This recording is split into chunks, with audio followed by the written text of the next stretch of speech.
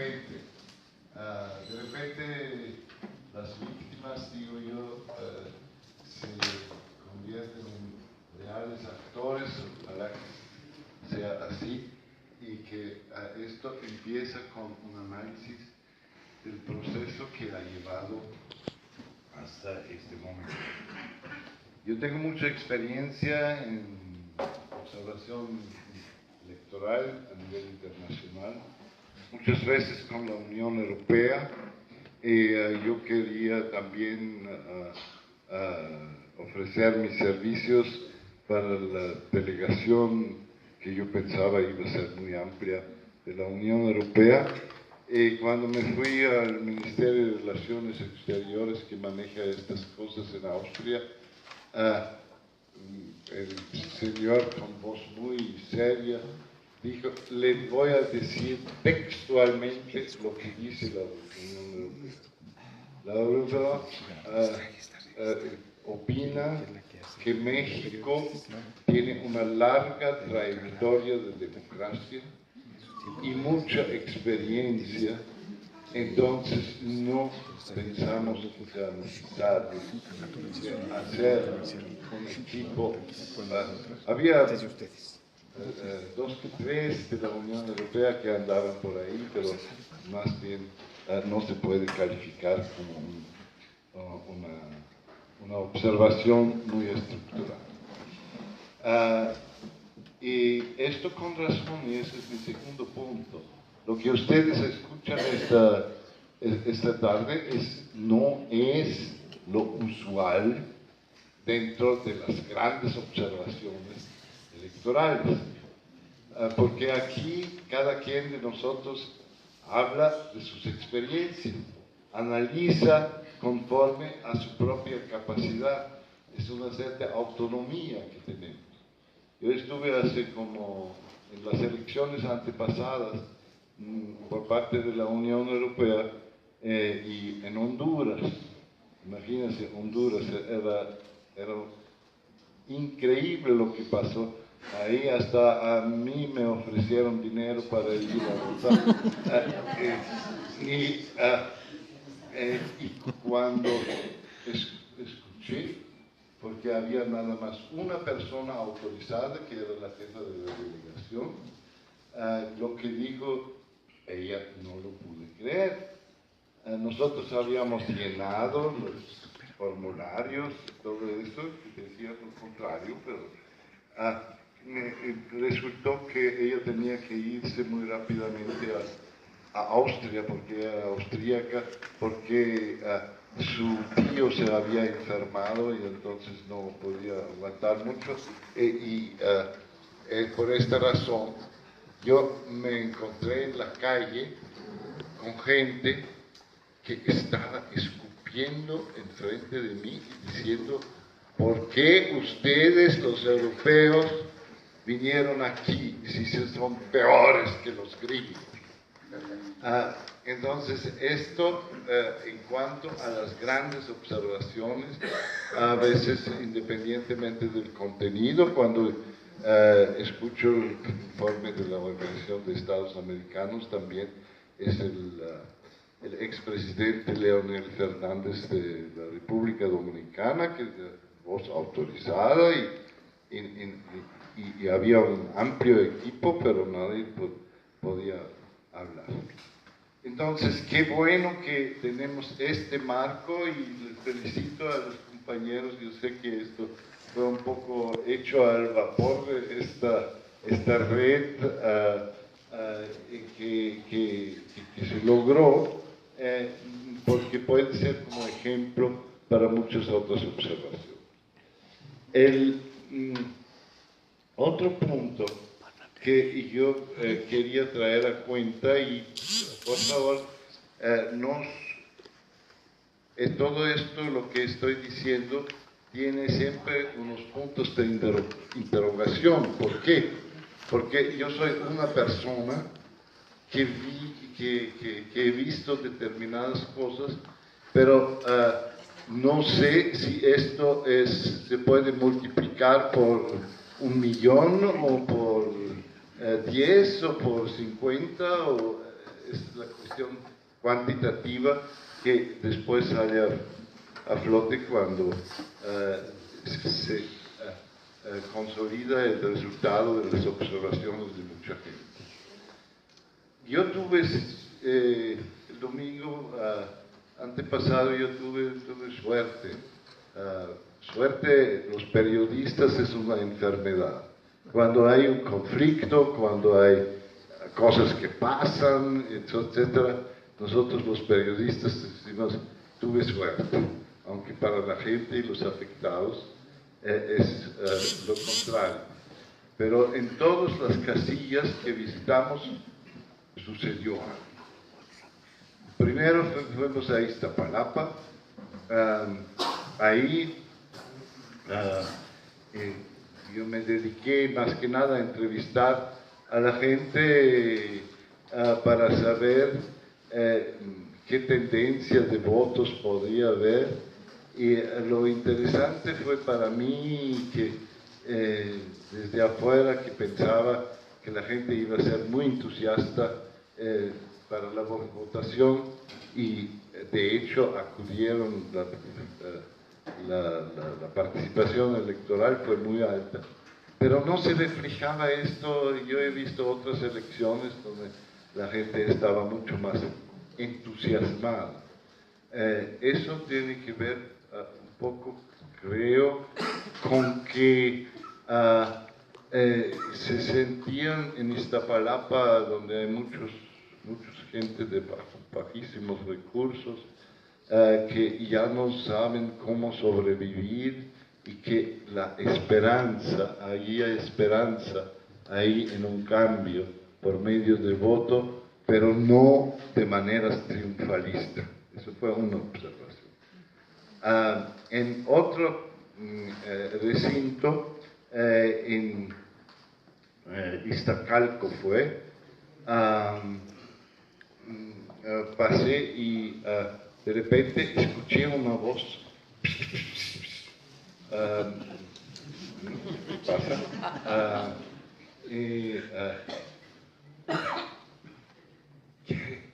Quiere información, ¿verdad? Sí, dije, quiere información. Luego me empezó a contar. En el condominio donde estaban las casillas, atrás, en el apartamento invento yo ahorita 252, ahí la gente llega y recibe, según el estatus que tenga, o 500 pesos o 1.500. Entonces, nosotros nos arribamos silenciosamente para ver qué pasa, y efectivamente pudimos observar que había una oficina y que llegaba la gente. Ahora, cuantificando el proceso, más o menos en el lapso de tiempo que votaron, quizás estuvimos ahí con 50 gentes, hemos podido observar que más o menos la mitad pasó por esta oficina. Pero lo más increíble fue en Coyoacán, donde llegamos ya advertidos de que había problemas, pero no sabíamos qué problema, que habían hasta suspendido la votación. ¿Qué pasó? Uno de los partidos, el PT, observó de que la señorita que jalaba estas papeletas, creo que eran 6 en total, arrancaba esto, no arrancaba 1 por 1, sino 5 por 5, y daba a cada uno 5 boletos, etc. Y ahí el compañero del PT dijo que esto no podía ser, pero ellos siguieron. Y entonces se puso a filmar con un celular ese proceso para denunciarlo después. Cuando, y esto es testimonios oculares, cuando se escuchó ruido de carros, así camionetas, gente bajando. ¿Qué hace usted?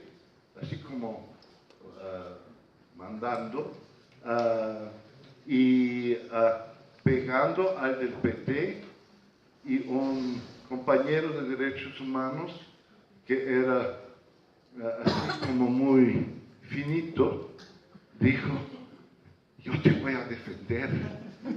Entonces dijo el PT, que era un poco más macizo, dijo: cuidado, no hagas esto, mira. Y mira, pistolas. Entonces se suspendió toda la votación y llegó la policía, pero no detuvo a la gente, a pesar de que estuvieron ahí, sino los dejaron ir, etc. Después hablamos con gente que había sido perseguido en la misma zona, y el del PT me dijo: mira, el problema es que yo no voy a dormir bien esta noche porque mi casa está rodeada de estos tipos. Ahora, ¿quiénes son estos tipos? Y ahí la respuesta claramente fue del PRD. Esto eran gente del PRD que hacía en contra de Morena esta maniobra. Esto me llevó a una pregunta, porque después también escuché otra señora que nos presentó así sus paquetes de alimentación y hasta con una tarjeta de crédito, pero ella decía que iba, cuando probó la tarjeta de crédito no estaba nada en la tarjeta, pero sí, la promesa de que si el PRD iba a ganar en esta zona, entonces le iban a dar, creo que 4,000 pesos a esta tarjeta. Tenía algo para los niños, o sea, es registrado oficialmente como un proyecto de desarrollo. No hay nada mal contra el desarrollo, lo malo es que esto sea en el contexto de las votaciones. Así otras observaciones donde figuraba el PRD, pero estuve también ahí, nos conocimos en Puebla, y ahí el lío, para decir una cosa, es con el PAN. Yo no escuché, por favor, ayúdenme, cuestiones de fraude masivo escenificado, tal como lo pudimos observar nosotros, por parte del PRI. Esto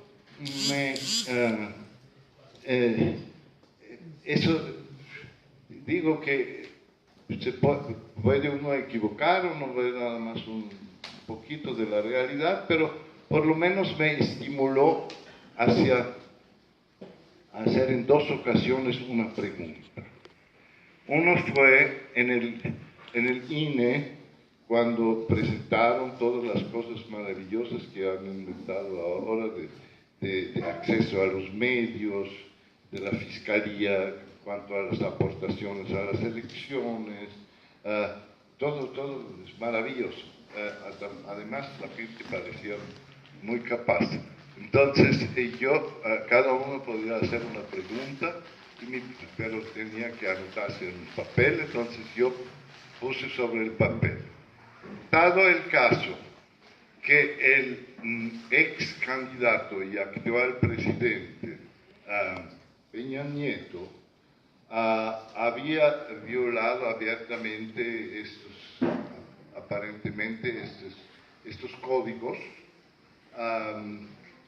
con el pacto con Televisa, por ejemplo, y se supone también con la cuestión de las de la cantidad de dinero que excedió lo que debería haber tenido. ¿Van ustedes a abrir un juicio y ahora que no está presidente, condenarlo por crímenes cuando yo vi mi papel, ella lo puso primero debajo, después lo puso al lado, después lo dio a alguien. ¿Qué hacen? No me contestaron la pregunta. Y la misma pregunta yo hice tenía una entrevista aquí bastante larga con el señor Héctor Díaz, creo que se llama, Polanco. Héctor Díaz Polanco. Sí, no, ese es el antropólogo. No, el presidente de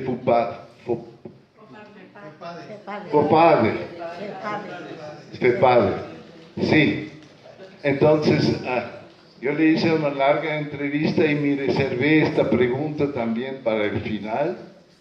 Y él habló muy elocuentemente y cuando hice esta pregunta, él me dice, a esta pregunta no le voy a contestar. Ahí surge en mí una hipótesis que habría que investigar en el futuro. Hay gente seria y gente del ambiente periodístico que dice que había una especie de arreglo de que por lo menos el día mismo de la votación el PRI iba a ser bien, o sea, no iba a hacer cosas, pero que también la incriminación contra los que habían cometido delitos electorales en épocas anteriores no se iba a suspender. ¿Es esto cierto? ¿No es cierto? Es una hipótesis, hay que investigar. Y como último quiero así decirles que yo creo que vivimos en un momento bien importante que daría la oportunidad de cambiar las reglas del juego en el proceso electoral de manera que realmente se eviten en gran medida por lo menos las violaciones las más burdas. Dicho de paso, yo me inicié en la observación electoral en el año 1988 en México. ¿Se acuerdan cuando se dijo, las máquinas no funcionan? Entonces, yo creo que a pesar de lo que uno puede decir que lo más ejemplar que yo he visto como proceso electoral es Venezuela.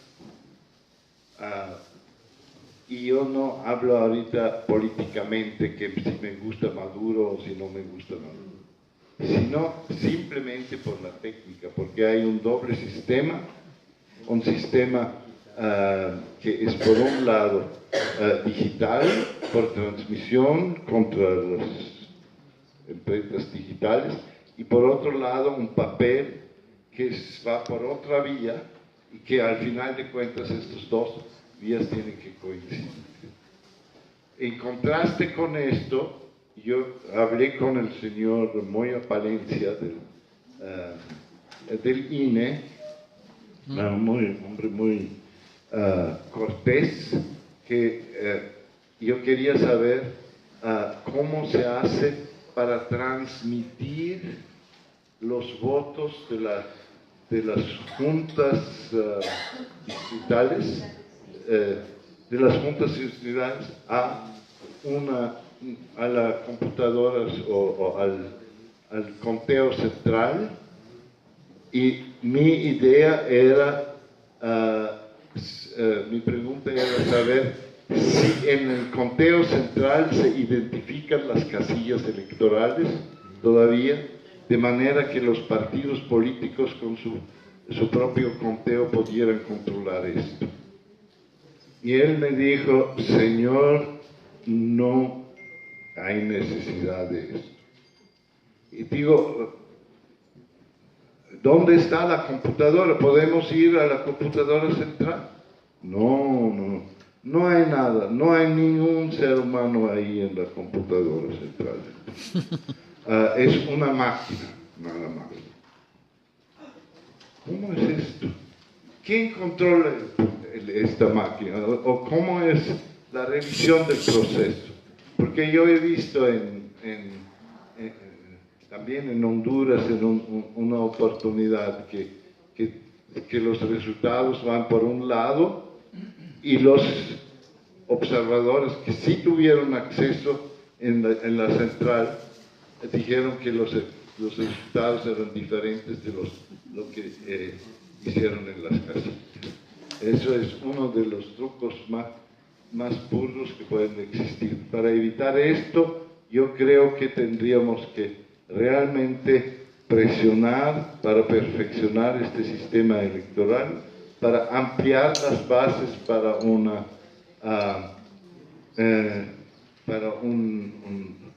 observación general. Yo creo que autocríticamente nosotros todos juntos somos demasiado pocos como para realmente poder verificar o falsificar determinadas tesis.